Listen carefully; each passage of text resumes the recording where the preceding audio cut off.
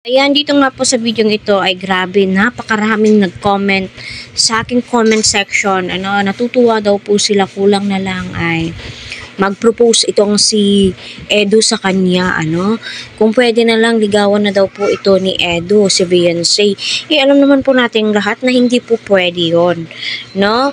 Kung pwede man, why not? Isa po ako sa matutuwa siguro. Isa po ako sa #1 fans na ang saya-saya. No, kasi nga po kita po natin yung effort ng bawat isa kung papaano pakiligin ni Kalingap Eds ang kanyang mga supporters. At yun na nga po, no, sa interview nga po ni Pastor ER ay kita po natin until now naka-flex nga po yung promise ring ni Kalingap Eds at ni Beyonce, pero hindi po niya claim na promise ring po yun.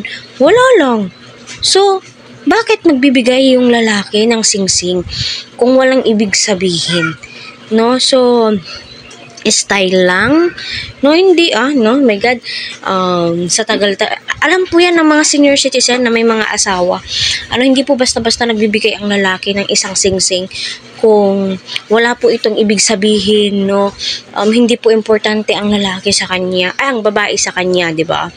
So itong si Eds po talaga is nakakabilib, no, bigla po tayong sino-surprise sa lahat ng bagay, sa lahat ng birit po niya, kaya marami ang nagmamahal, no, marami ang sumusuporta sa Team Edsy kasi nga po, no, yung swak na swak po talaga sila very natural po yung ibinibigay po nila na kilig, same as Jomcar. Kaya suportahan po natin ang bawat love team ng Team Kalingap serye, no, kasi alam naman po natin na napakarami din pong tinutulungan ni Kalingap Rab, na may mga beneficiary din po siyang hindi nagva-viral, so maraming salamat. So naway, no, may episode na naman po ng panibago dito sa Edsy kasi nga po ewan ko na lamang ba, nakaka-addict po talaga tong Edsy na to. Kahit na ulit-ulitin mo yung video, kahit ilang ulit mo yung video, hindi ka po talaga magsasawa.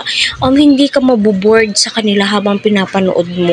Kasi nga po, napaka-inosente ni Beyonce at saka ni Eds. Makikilig ka po talaga na para kang kinikiliti, ika nga ni Edu.